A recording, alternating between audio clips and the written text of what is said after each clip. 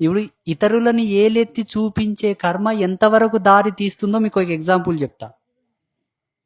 ఒకే రక్తంలో పుట్టినటువంటి పాండవులు, ఒకే రక్తానికి పుట్టినటువంటి కౌరవులే దీనికి ప్రత్యక్షమైన ఉదాహరణ. కౌరవులు ఎత్తి చూపారు కాబట్టి చివరికి మొత్తం మళ్ళీ మీరు ఎవరిని ఎత్తి చూపిస్తున్నారు, ఎవరితోనో పతనం కావాలనుకుంటున్నారు.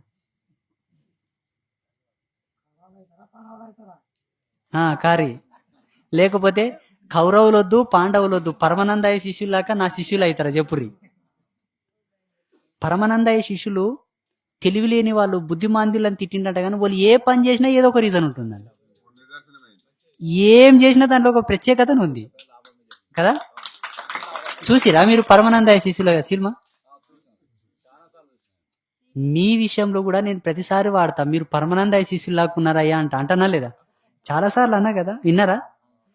మీరు తెలిసో తెలియకనో కొన్ని చేస్తుంటారు, కానీ దానివల్ల అలౌకికమైనటువంటి స్థితులు జరుగుతున్నాయి, మీకు తెలియదు. అంటే స్పిరిచువల్ గా వ్యవహారంగా కొన్ని పిచ్చి చేష్టలు చేస్తారు. ఇప్పుడు చెప్తే కదా ఇంతకుముందు, ఈ పిచ్చి చేష్టలు మానుర్రి.